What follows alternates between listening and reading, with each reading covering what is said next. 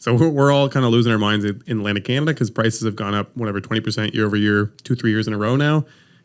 In Toronto, very close to downtown on Danforth, they listed a 30 centimeter wide parcel of land, 30 centimeters. So that's like 12 inches. That's a foot.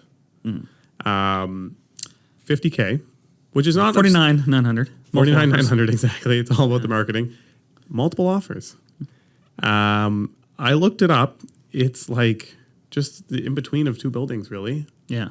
And I don't. I love that someone owns this independently. Like, I wonder if it's one. There's a bunch of that in Toronto. Yeah. I've seen this happen before, where these guys bid on an auction site, and it was a foot of land between the two driveways. But the picture on the auction site showed the house, so they thought they were bidding on the house. So they bid like 80K, thought they got this house in like TO or wherever it was. And they got a strip. And they were so super pumped. Show up and they got the actual like that strip of grass between your house and your neighbor's house. Crazy. Yeah, and it didn't even go all the way back. Right. It was just the length of the driveway. Yeah. So what do you do with this asset? Like, what's the point? I don't know. I think for these guys, it just becomes it's definitely got to be one of the property owners. It's got to be one on either side. There's nobody who's like, but I there are want the 3 foot in bids. between. There are 3 bids. So like, So who's the third person? some jerks just like bidding them up a little bit. Just he's like, one day they're going to go to develop this and they're going to need these 30 centimeters. That's you say That's that in true. jest, but that's a good point. Like at some point, someone's going to buy both of the ones on either side, and they're like, I need this strip in the middle. Yeah. You know, Or the third guy who could sell it back to the other person who didn't get it of the 2 actual owners for a premium. just turn it up another 5-10K. reassign it. Reassign it over for an extra 50. But yeah, anyways, that was a really weird one. My bigger thing is, how does that happen? Like, how do they allow subdivision to take place? Right. And they're just like, Why does that? yeah, we're going to exist? subdivide these 2 lots, and then there's just like this 2 inches in between here. We're just going to leave that as a separate bid. Someone's going to pay tax on that. It does happen because you used to have all of these. Right.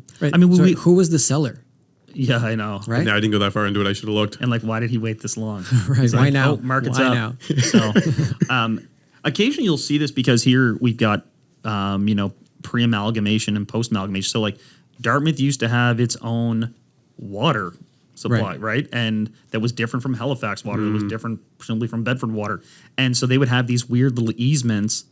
And then over time, it's like, well, we amalgamated, so all the services got jammed together. And in some cases, like we had these weird pieces of land that was given to the homeowners on either side, or just forgotten about, or people divide things over many times and like, oh, well, I need this little strip to access my house back in the back, and someone buys everything, but they forget to migrate and transfer that one little strip. So then you get these lots that aren't identified. They've got no owner, and all these things can happen. But 30 centimeters is small. It seemed a little nuts, but I mean, the diameter is good. yeah.